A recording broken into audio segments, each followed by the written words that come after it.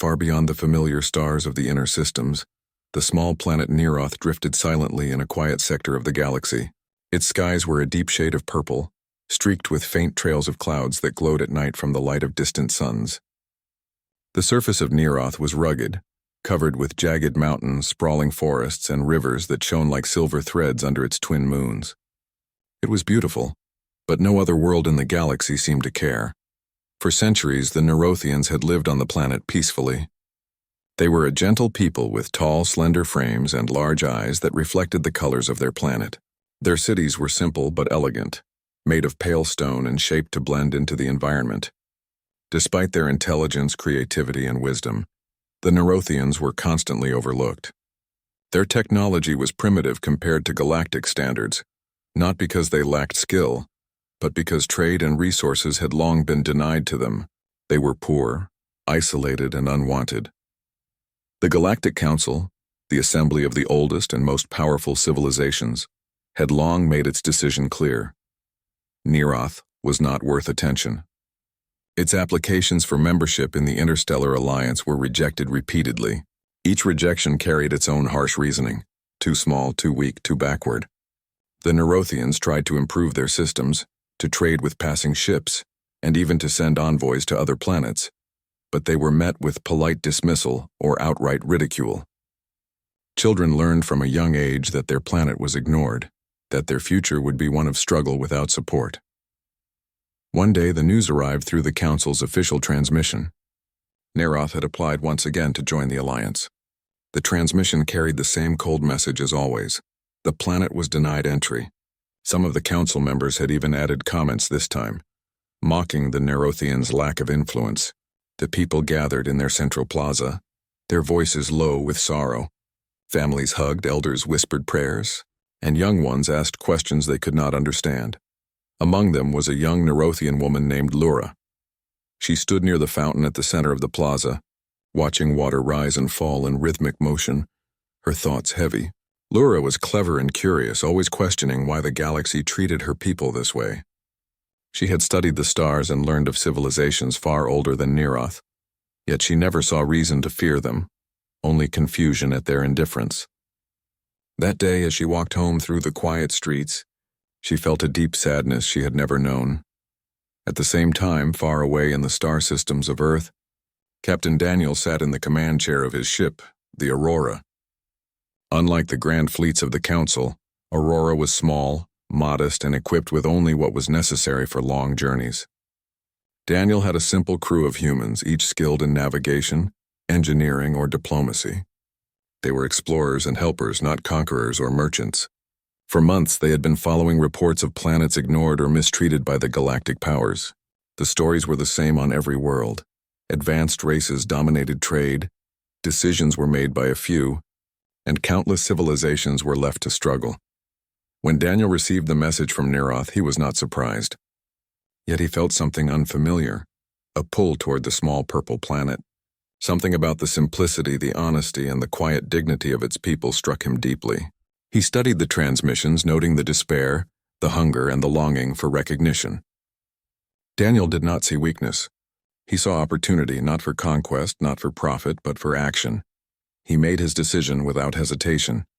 "Prepare Aurora for the jump to Neroth," he told his crew. His voice was calm but resolute. "We are going to see a world that no one else sees. We are going to help." Within hours, the crew followed his orders. Engines roared to life and the ship moved through the cold emptiness of space with precise calculation. Stars streaked past as they activated the hyperdrive, carrying them across hundreds of light years in mere hours. Daniel stood at the observation window, his hands pressed lightly against the glass. He thought of Lura and the Nerothians, wondering how they would react to humans arriving unbidden. When Aurora entered the orbit of Neroth, the planet looked even more stunning than it did in the images. Its purple oceans reflected the twin moons and the green forests stretched like carpets across the continents. Daniel gave orders for a controlled descent to the main landing area near the capital city. The crew moved efficiently, unloading supplies and preparing for the first contact with the Nerothians. Meanwhile, on the streets of the capital, Laura was among the first to see the approaching ship. A crowd had gathered as they watched a bright vessel descend from the sky. The humans emerged, stepping carefully onto the alien soil. There was no blast of energy weapons, no demonstration of power. Instead, the humans walked slowly, hands open in peace, carrying crates of supplies. Their clothing was simple, their expressions friendly. Laura's heart raced as Daniel approached. He was a man of average build, with short brown hair and eyes that seemed to hold calm determination. He smiled gently as he greeted the Nerothians in their language, a careful translation running through the ship's translator. "We come to help. We bring medicine, water purifiers, and tools. We bring nothing but our willingness to work with you." The crowd was silent, unsure whether to believe him. Many Nerothians had lived their whole lives knowing that other civilizations would never care. The idea that strangers from another star could arrive without selfish motives was nearly impossible to comprehend. Yet as Daniel and his crew began unloading supplies, the sincerity of their actions spoke louder than words. Daniel spent hours walking among the Nerothians, speaking with elders, children, and farmers. He listened to their stories of struggle and neglect. He offered advice, not commands. He taught them methods for improving water filtration, repairing old machinery, and cultivating crops more efficiently. Laura watched as humans and Nerothians worked side by side, their movements coordinated, their effort creating immediate improvement. She began to feel hope stir in her chest, a fragile feeling she had not known since childhood. By evening, the streets were filled with the sound of work and laughter. For the first time in generations, the Nerothians saw themselves not as rejected, but as capable. They watched humans move with precision, solve problems quickly, and treat every individual with respect. Laura found herself talking to Daniel about their history, their culture, and their dreams. He listened patiently, never dismissing her ideas. When the sun set over Neroth, the city glowed under the twin moons. Daniel and his crew gathered in the plaza with Laura and the other Nerothians. They shared a simple meal, combining food from Neroth and supplies brought by the humans. Stories were exchanged, laughter echoed, and a sense of community filled the air. The feeling was new, almost dizzying after centuries of isolation. Laura felt a mixture of awe and disbelief.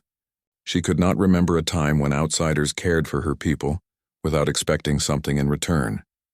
She realized that humanity was unlike any other race she had encountered in her studies of the galaxy. They did not come to claim, to rule, or to exploit. They came to help. As the night deepened, Daniel looked up at the stars. He knew the Galactic Council would not ignore this forever. They would watch, judge, and perhaps even intervene. But in that moment, he did not worry. He had seen what humanity could do when it chose to act with compassion and courage. He had seen how one small ship and a few people could change the course of a world. Laura stood beside him, feeling a sense of possibility she had never experienced. Perhaps rejection was not the end. Perhaps with help from others who cared, her people could rise.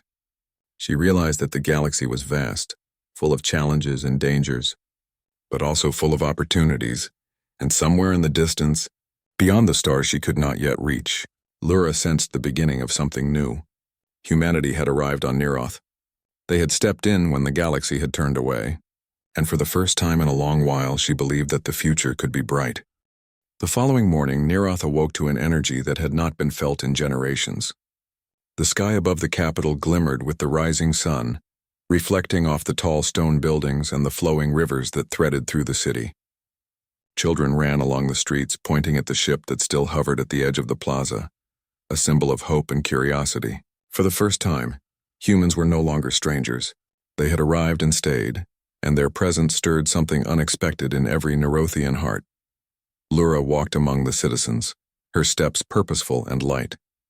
She carried a small satchel of supplies and moved past the old market square, where stalls had once sat empty. Farmers were already arriving to receive new tools, medicines, and seeds provided by the human crew. Her heart lifted as she saw people smile, laugh, and ask questions freely. The fear and despair that had gripped the city for decades were slowly melting under the warmth of human kindness. In the plaza, Captain Daniel and his crew organized the day's work. The humans had already drawn up plans to assist the Nerothians with 3 key needs: clean water, sustainable food production, and basic medical care. They worked in small groups, pairing human engineers and doctors with Nerothian volunteers. Each human explained the purpose of the task and then allowed the Nerothians to practice on their own. learning from mistakes without criticism. Daniel noticed Lura observing the activity from a short distance. She had been skeptical at first, unsure whether humans could truly care without selfish motives. Now, seeing the practical efforts and patient teaching, she began to understand. She approached Daniel cautiously. "Why are you here?" she asked quietly. "The galaxy has always ignored us. You could have passed by like everyone else." Daniel smiled gently. "Because no one should be left behind," he said. "I have seen enough worlds suffer, and I know that even small actions can make a difference. I cannot ignore that, not when I have the ability to help." Lura considered his words. They were simple, but filled with a conviction that she had never encountered before. "Most of our neighbors would have taken what they needed and left," she said. Daniel nodded. "Perhaps, but humans are different. We have learned that strength is not only in power or technology. Sometimes it is in compassion and courage." As the morning progressed, the Nerothians began working alongside the humans. They repaired old water pumps that had long been broken, using tools they had never touched before. Under Daniel's guidance, engineers like Milo and Terra, two of the human crew, taught Nerothians to analyze mechanical failures, replace parts, and maintain systems for long-term use. At first, mistakes were frequent. Bolts were tightened too loosely, gears were misaligned, and instructions were misread. The humans did not scold or correct harshly. Instead, they demonstrated, explained patiently, and encouraged practice. By midday, the sound of clanging tools and laughter filled the plaza. Lura watched a group of children try to operate a water purification device. Their hands trembled, but their eyes shone with excitement as they saw clean water flow for the first time in months.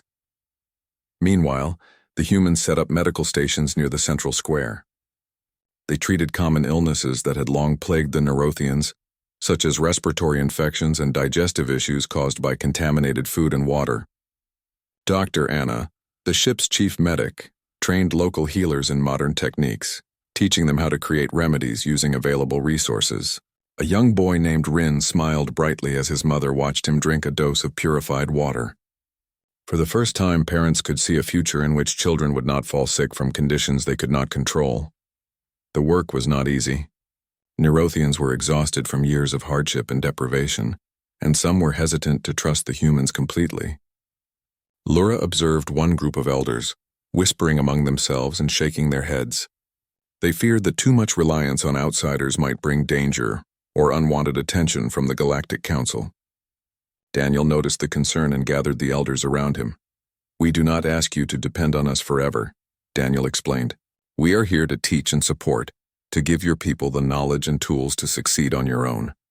Our goal is not control, it is empowerment." His words were measured, patient, and free of arrogance. Slowly, the elders began to nod, some exchanging thoughtful glances. The idea of self-reliance, supported by guidance rather than dominance, resonated deeply with them. By late afternoon, the humans had completed the first phase of their assistance. The water pumps were operational, the medical stations were set up, and the distribution of supplies had reached even the most remote neighborhoods. Nerothians were exhausted but elated. Lura felt a sense of accomplishment swell in her chest. For the first time, she believed that her people could survive and thrive without fear of total isolation. As the sun dipped behind the jagged mountains, painting the sky in shades of violet and gold, Daniel gathered the human crew for a debrief.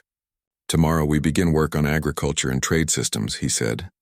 "The goal is not only to fix what is broken, but to create structures that will last generations.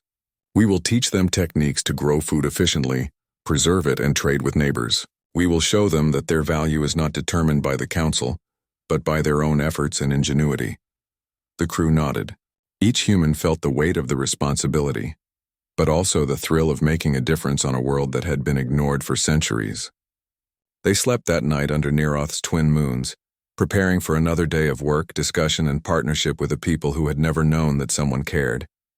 Meanwhile, Lura could not sleep. She wandered through the quiet streets, observing the activity at the plaza.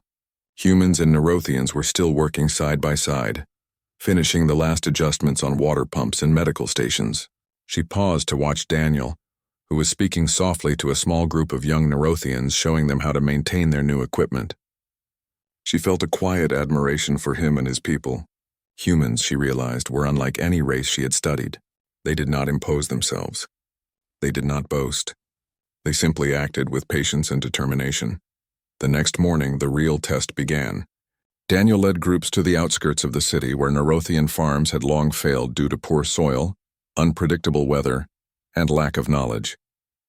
The humans introduced techniques for irrigation, soil enrichment, and planting schedules suited to the planet's unique climate. Lura accompanied them, eager to learn and participate. At first, the Nerothians were unsure. They had tried farming for centuries but always faced failure. Daniel encouraged them to try again, to follow the steps, and to observe carefully. By the end of the day, small patches of thriving crops had sprouted where none had grown before. The Nerothians cheered, shouting names of those who had worked the hardest. Lura could not stop smiling. She realized that this was more than food. It was a symbol of possibility. Humanity had not simply provided aid. They had given her people the tools to believe in themselves again. Word of the humans' efforts spread quickly across the planet. Merchants, travelers, and scholars began visiting the capital to witness the changes. Even the council's representatives, who monitored the planet from afar, could not ignore the sudden surge of activity and morale. Lura noticed whispers in the plaza, talk of humans who helped when no one else would, who taught rather than controlled, who respected the dignity of every Nerothian life. In the evening, as the twin moons rose once more, Daniel and Lura walked along the banks of the largest river. The water reflected the glowing moons, creating a path of light that seemed almost magical. "Do you think the council will accept our efforts?" Lura asked quietly. Daniel shook his head with a small smile. "Perhaps, but we did not come to be accepted. We came to help. And that is enough. The rest will follow in its own time." Lura nodded, her thoughts full of hope and curiosity. She knew the humans' visit would not solve all their problems. Challenges still lay ahead, from trade difficulties to technological gaps and potential interference from the council. Yet she felt a renewed sense of purpose. The people of Neroth had been given a chance to rise, and they would not waste it. Over the following weeks, humans and Nerothians continued to work together. Farms grew stronger, water systems became more reliable, and medical care improved across the city. Children learned faster, guided by humans who encouraged curiosity and problem-solving. Lura saw herself becoming a bridge between the two peoples, translating human methods into Nerothian culture, ensuring that progress would remain sustainable. By the end of the first month, Neroth had begun to transform. The city streets, once quiet and somber, were alive with energy. Families gathered at markets, merchants exchanged goods, and the sound of laughter echoed from every corner. Lura stood in the central plaza, looking at the humans working alongside her people. She realized that this partnership was not only changing Neroth, it was changing the galaxy's perception of what humanity could do. Humanity had arrived on Neroth, not to conquer or claim, but to stand with those who had been rejected, and in doing so, they had begun to rewrite the story of a world that had long been forgotten. The galaxy was vast, yet nothing escaped the notice of the Galactic Council. For centuries, the Council had maintained control over trade, politics, and decisions that shaped the lives of countless civilizations. When reports of Neroth's sudden revival reached them, they could not ignore it. Word had spread of humans working alongside the Nerothians, teaching them, aiding them, and giving them tools to thrive. In the Council's chambers, representatives from the oldest and most powerful races convened. Their chamber was massive, circular, with high ceilings that shimmered with energy from the artificial stars above. Hollow screens displayed the progress on Neroth, highlighting the thriving crops, the repaired water systems, and the bustling city. The images were undeniable. "This is unacceptable," said Ambassador Kryn, a tall being with silver skin and angular features. "The humans are interfering in the affairs of a world that is under observation. They have no right to act without permission." Another council member, Varan, whose eyes glowed like molten gold, nodded in agreement. "They are showing the galaxy a dangerous example. If a young and inexperienced race can aid a world that we have ignored, what does that say about us? This undermines the council's authority." A third voice spoke, softer but no less firm. "Perhaps we should warn them. Humanity has always been reckless. They act on instinct and emotion rather than logic. If we do not intervene, their actions could inspire other worlds to challenge our control." The decision was made. A formal warning would be sent. A representative would travel to Neroth to speak with the humans directly. They would demand that Earth's forces withdraw immediately or face consequences. Meanwhile, on Neroth, life continued to improve under human guidance.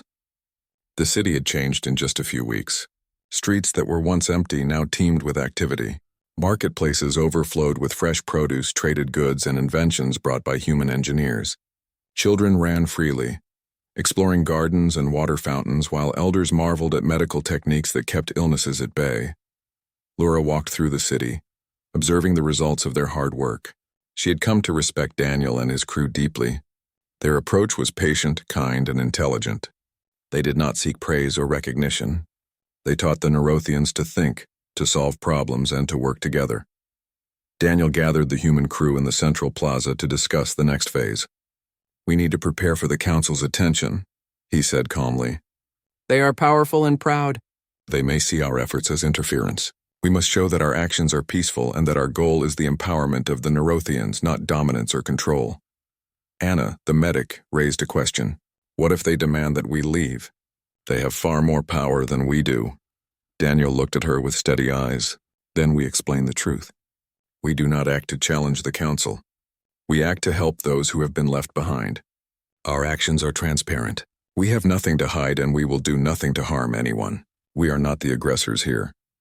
Despite the calm tone, tension settled over the human crew. They understood that their mission was no longer simple aid. It was a challenge against the authority of the galaxy's oldest powers.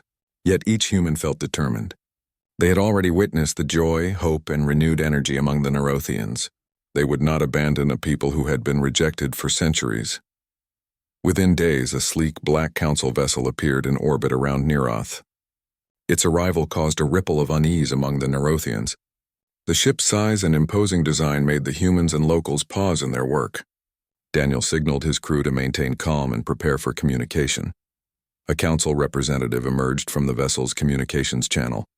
The figure was tall, with shimmering blue skin and eyes that seemed to pierce directly through anyone who looked at them.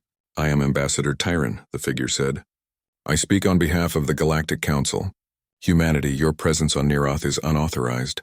Your actions, though seemingly benevolent, are considered interference in the affairs of this world. You must cease immediately and withdraw your forces." Daniel stood firm. "Ambassador Tyron, we are aware of your counsel. We do not act to interfere with your authority. Our purpose is simple: to assist a world that has been neglected. We provide knowledge, tools, and support to allow the Nerothians to thrive independently. We do not control them, nor do we claim this planet as ours." Tyron's gaze narrowed. "Your actions are unprecedented. No other civilization has challenged the Council in this way. You risk setting a precedent that other worlds may follow." "The Council demands compliance." Laura stepped forward. Her voice was steady, filled with newfound courage. "Ambassador Tyron, Neroth has lived under neglect and rejection for centuries. Humans came not to rule but to teach, to help, and to restore hope. Our people are no longer invisible. We have learned, we have grown, and we have hope. I speak for my people when I say we will not return to despair." The Council envoy hesitated, caught off guard by the Nerothians' confidence. "Your loyalty is noted," Tyron said carefully. "However, the Council will continue to observe. Further defiance may result in action. Consider this a formal warning." As the communication ended, Daniel gathered his crew and the Nerothians. "We expected a warning," he said. "The Council is powerful, but our purpose remains unchanged. We help, we teach, we empower. That is our path." Over the next few weeks, human efforts intensified. They organized training programs for Nerothian engineers, farmers, and medical practitioners. They built workshops, classrooms, and community centers to ensure the knowledge they shared would endure long after they left. Laura worked closely with the human crew, translating methods, explaining local conditions, and adapting lessons to fit Nerothian culture. Despite the looming presence of the Council, morale among the Nerothians soared. Markets overflowed, schools reopened, and rivers ran cleaner than they had in decades. Families celebrated together, children played in gardens, and communities began to thrive as they had never before. The humans were not simply helping, they were inspiring independence. Tensions with the Council grew. Messages of concern and impatience reached Daniel and the crew through encrypted channels. Some Council members suggested stronger measures, including cutting off trade or sending a fleet to forcefully remove humans from Neroth. Daniel remained calm, refusing to panic. Threats are only words, he told his crew. Our work speaks louder than words. As long as we remain transparent and peaceful, we are protected by our purpose. Then came the first challenge from within Neroth itself. Some factions of the Nerothian society were wary of humans' motives. They feared retaliation from the council and distrusted foreign intervention, no matter how helpful. A group of elders gathered in the central hall, demanding that human presence be limited and that the planet return to isolation. Lura spoke to them, her voice firm yet respectful. The humans have not asked for our control. They have given us tools to improve our lives. We can choose to use them wisely. If we reject this help now, we risk returning to the despair we have known for generations. Her words resonated. Slowly, the elders nodded, realizing that this partnership offered more than aid. It offered freedom from neglect. The decision was made to continue working with humans, though cautiously, ensuring that all actions aligned with Nerothian interests. Meanwhile, Daniel faced his own challenge. Ambassador Tyron had requested a private meeting to discuss human activities. Daniel agreed, knowing that diplomacy was as important as action. The meeting was held through a secure holographic channel, projecting Tyron's image across the plaza where Daniel stood. "Captain Daniel," Tyron said, voice stern but controlled. "The Council cannot allow independent interference on planets under observation. If humans continue to act freely, other civilizations may follow and our authority could be challenged. You must withdraw." Daniel remained calm. "Ambassador, we understand your concern, but we cannot abandon Neroth. Its people have been ignored for centuries. We act only to empower them, not to disrupt the Council. Every action we take is transparent, peaceful, and focused on sustainability. If the Council wishes, we can share detailed reports of every step we take, but we will not leave those in need." Tyron's expression shifted slightly, a mixture of frustration and admiration. "You are bold, Captain Daniel. Few have spoken to the Council with such honesty. Know that your actions will be closely observed." "Any misstep could have consequences," Daniel nodded. "We accept the responsibility. Our purpose is not to challenge authority, but to do what is right. The rest will follow its course." The calm of Neroth's mornings had become a rhythm of purpose. Humans and Nerothians worked together, building the foundations of a future that had once seemed impossible. Yet the warning from the Galactic Council still echoed in the minds of both Daniel and Lura. The Council was powerful, but humanity's resolve had grown stronger. They had seen what hope could do, and they would not allow fear to stop them from helping. Daniel gathered his crew early one morning. The plaza was filled with Nerothians ready for the day's work, but Daniel's focus was on preparing for what might come. "The Council has warned us," he said calmly. "We expected it. Now it is time to show that we do not act out of defiance but out of purpose. If they threaten Neroth, we will protect it. Not for glory, not for conquest, but for the people who cannot defend themselves alone." The crew nodded. Each human understood that this could be more than words. The Council had fleets, power, and authority. Humanity had courage, ingenuity, and determination. That had to be enough. Meanwhile, Lura spoke with community leaders across the city. She encouraged them to continue working with humans, to embrace the knowledge they had received, and to strengthen Neroth from within. Farmers, engineers, and healers shared what they had learned with those who could not work directly with the humans, creating a ripple of progress that spread through the planet. It was not long before the Council acted. Several of their largest warships appeared in orbit around Neroth, cutting off communication and trade routes. The presence of the vessels cast shadows over the planet, and the Nerothians grew anxious. Families gathered in homes, children clung to parents, and whispers of fear spread across the city. Daniel remained calm. "This is what we prepared for," he told his crew. "We are not here to fight unless necessary, but we will protect Nerothians if threatened. Stay focused. Our purpose is peace, but we will act with courage when required." The Council's envoy, Ambassador Tyron, transmitted a final warning. "Humanity withdraw immediately or face consequences. Any action against the Council will be met with force. Neroth is under observation, and your interference is unacceptable." Daniel answered without hesitation. "Ambassador Tyron, our actions are transparent. We are here to assist a world that has been neglected. We will not abandon Nerothians to despair. Our presence is peaceful, our intent is clear, and we will not retreat from doing what is right." The transmission ended, leaving an uneasy silence over the city. Yet the humans and Neurothians did not waver. They began organizing defenses not for attack but for protection. Neurothian engineers learned to repair and reinforce structures, to build shelters and secure supply lines. Human crews taught strategic planning, emphasizing intelligence, observation, and preparedness rather than violence. Lura walked through the streets, observing the determination of her people. Farmers carried supplies to new gardens. Children delivered messages, and healers ensured that the sick and elderly were cared for. A quiet strength had emerged in Neroth. They were no longer passive victims of the galaxy's neglect. Humanity had shown them that courage and action could create change. By the third day, the Council's ships made their intentions clear.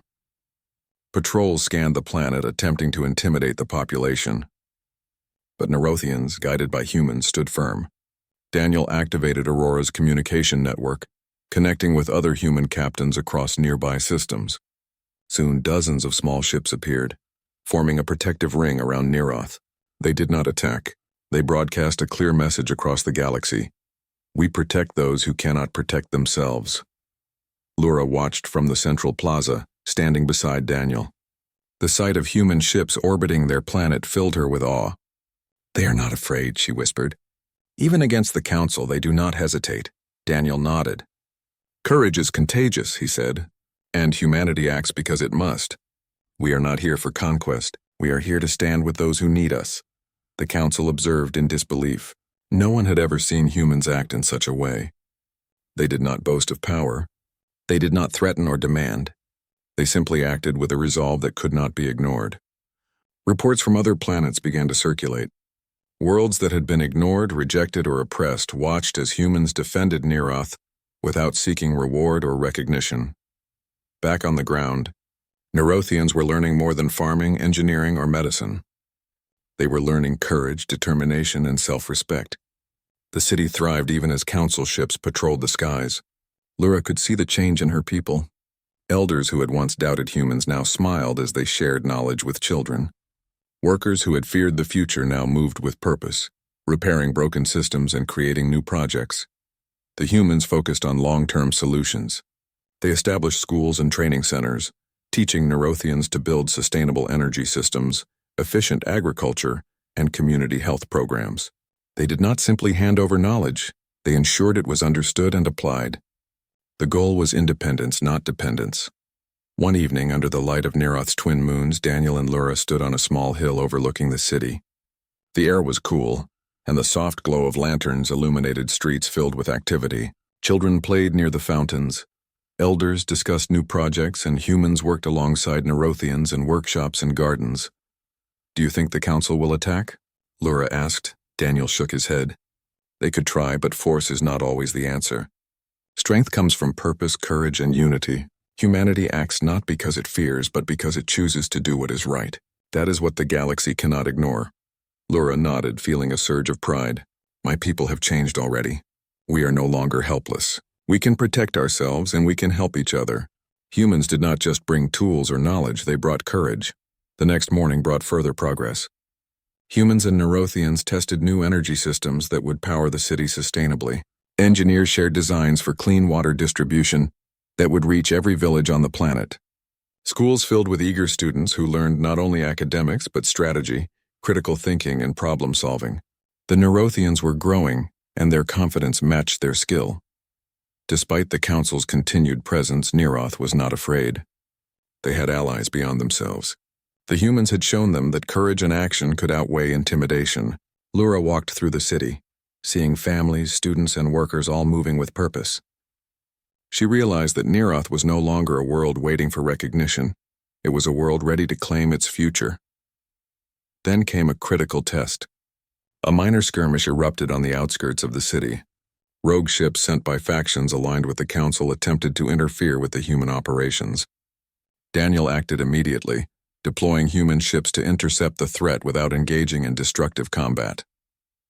His goal was simple: protect Nerothians without escalating violence. The strategy worked. The rogue ships were forced to retreat, demonstrating the humans' capability and the Nerothians' readiness. The city erupted in celebration. For the first time, The people of Neroth understood that they were not powerless. They had allies who would stand with them, and they had learned to defend themselves. Lura found Daniel afterward standing among his crew. "You risked everything for us," she said. "Even when the council threatened you, you did not retreat." Daniel smiled. "Because it was right. Courage is not about fearlessness. It is about acting despite fear. The galaxy may try to control or intimidate, but true strength comes from standing with those who need us." The message of Neroth's transformation began to spread. Nearby systems, hearing of humanity's courage and the success of the Nerothians, began questioning their own governments. If humans could stand against the council while aiding a rejected world, then other civilizations could find their own courage.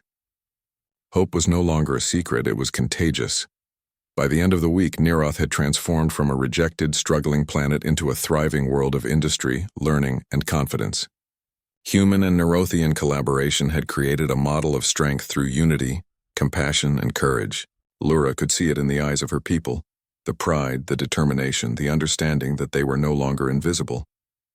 As Daniel looked out across the city, he knew the council might not stop watching. Their fleets could return, their envoys could speak harsh words, and their influence could challenge every success. Yet the humans and Nerothians had proven that purpose and courage were more powerful than fear and authority. They had taken a stand, and their stand would be remembered across the stars. Lura turned to Daniel, her expression resolute. "Whatever comes next, we will face it together. Neroth is no longer alone."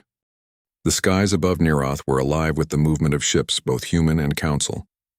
The twin moons cast long shadows over the city, highlighting the vibrant activity below. Families moved freely through streets now filled with market stalls, gardens, and workshops. For the first time in generations, Nerothians felt safe, empowered, and hopeful. Yet the presence of the Galactic Council remained a looming threat. Captain Daniel stood on the observation deck of Aurora, surrounded by his crew and Lura. The Council had deployed several of its largest fleets near Neroth's orbit. Their ships were far more powerful than anything the humans possessed, but Daniel was unshaken. "We do not fight for dominance," he said calmly.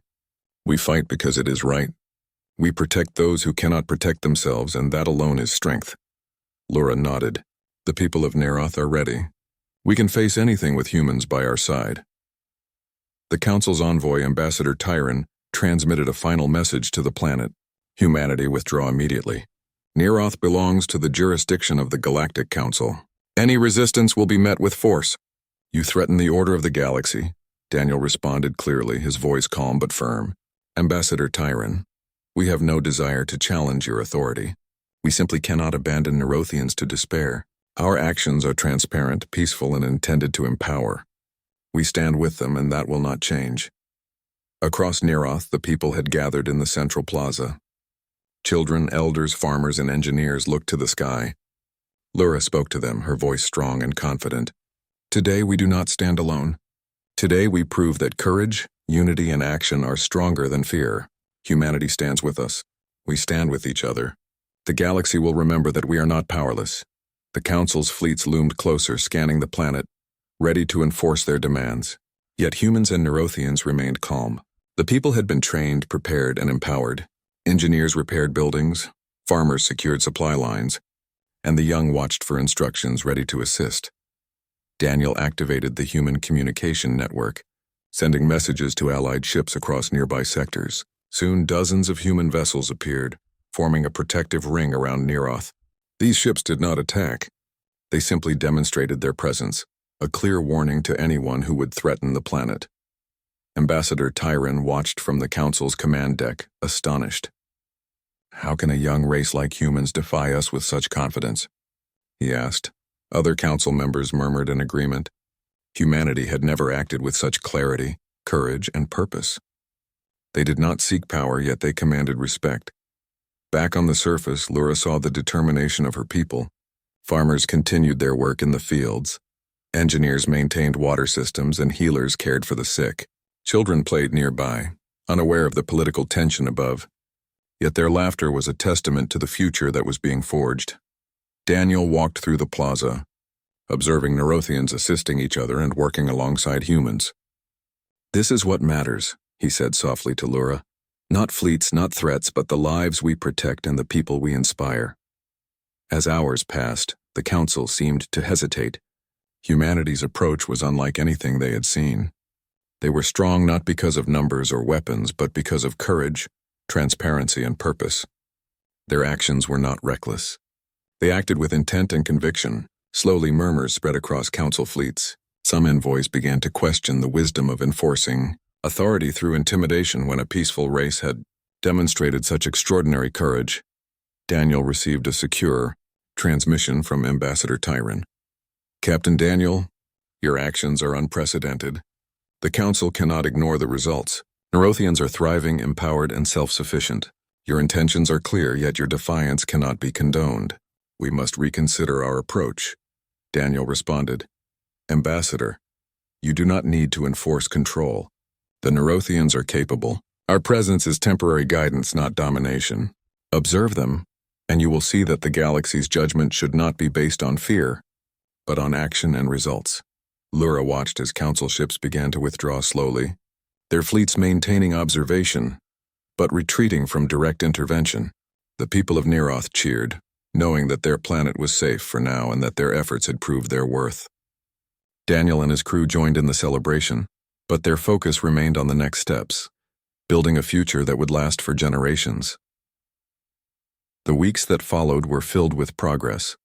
Humans and Nerothians continued to collaborate on education, agriculture, technology, and healthcare. Schools taught not only academics but critical thinking, problem-solving, and civic responsibility. Farms expanded, generating enough food to feed the entire planet and export surplus to nearby worlds. Clean water systems reached every village. Medical clinics treated illnesses that had once devastated entire communities. Lura walked through the city, observing the changes. She spoke with elders who had once doubted humanity, and they expressed gratitude and admiration. Children who had been sick or undernourished now played in parks and gardens, their eyes bright with curiosity. Engineers who had repaired broken machinery were now innovating new designs, improving infrastructure, and building tools that would serve the planet for years to come. Daniel stood with Lura on a hill overlooking the capital. The city glowed under the twin moons, a testament to human ingenuity and the determination of Nerothians. Look at them, Daniel said. They are no longer victims. They are a thriving society capable of shaping their own destiny. That is the measure of true strength, Lura smiled. They have learned more than skills. They have learned confidence, courage, and unity. Humanity did not just bring knowledge, they brought hope. Word of Neroth's transformation spread across the galaxy. Civilizations that had once ignored or rejected weaker worlds began to reconsider their own policies. The story of humans standing with Nerothians became an example of courage, compassion, and leadership.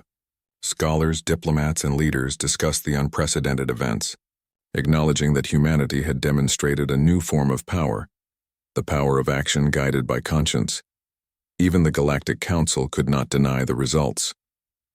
Reports from observers confirmed that Nerothians were thriving, their society stronger than ever, and that humans had achieved this without conquest, coercion, or domination. The Council reluctantly adjusted their stance, recognizing Neroth as a self-sufficient, valuable planet with the right to engage in trade, education, and diplomacy on its own terms. Lura addressed the people in the central plaza. Her voice rang clear and proud. We were rejected for centuries. We were overlooked, ignored, and left to struggle alone. But today we stand with hope. Today we are strong. Today we are remembered. Humanity showed us that courage, compassion, and action can change the galaxy. Let this be the beginning of a new era for Neroth. The citizens cheered. Their voices echoed across the city, reaching the forests, mountains, and rivers beyond. It was a sound of triumph, unity, and renewal. Families hugged, children danced, and elders shed tears of relief and joy. The planet that had once been rejected had now been given a chance to flourish. Daniel watched the celebration quietly, humbled by what had been accomplished. We came to help, he said to Lura. Not to rule, not to claim. Just to stand with those who needed us. And together we proved that courage and purpose can inspire change beyond imagination. Lura nodded. Your people did more than help. You taught us that we are capable of shaping our destiny. The galaxy may have rejected us, but now we know our worth. As the twin moons rose high in the sky, Neroth gleamed like a jewel. The city, the people, and the planet itself seemed to shine with a newfound strength. The lessons of the humans had taken root, and the Nerothians were ready to continue building a future guided by courage, knowledge, and unity. Across nearby systems, other civilizations began to take notice. Worlds that had long been oppressed, overlooked, or rejected now saw a path forward. If humans could stand with Neroth, then perhaps they could find allies, hope, and the courage to rise themselves. A quiet revolution of thought and action began to spread, all inspired by the example set on one small purple planet. The Galactic Council, though hesitant, could not ignore the precedent. Humanity had demonstrated a unique strength that did not come from technology, fleets, or domination. It came from choice, the conscious decision to act with purpose, compassion, and courage. Even the most powerful races of the galaxy had begun to see that true strength lay in standing for what was right, even against overwhelming odds. Years later, Lura would speak before a gathering of interstellar leaders, recounting the events that changed Neroth forever. When the galaxy turned away, she said, humans stepped in. They did not ask for reward or recognition. They simply acted, and because of their courage, our world survived, thrived, and will never be forgotten. Let all civilizations remember this. Courage guided by conscience can change the stars themselves.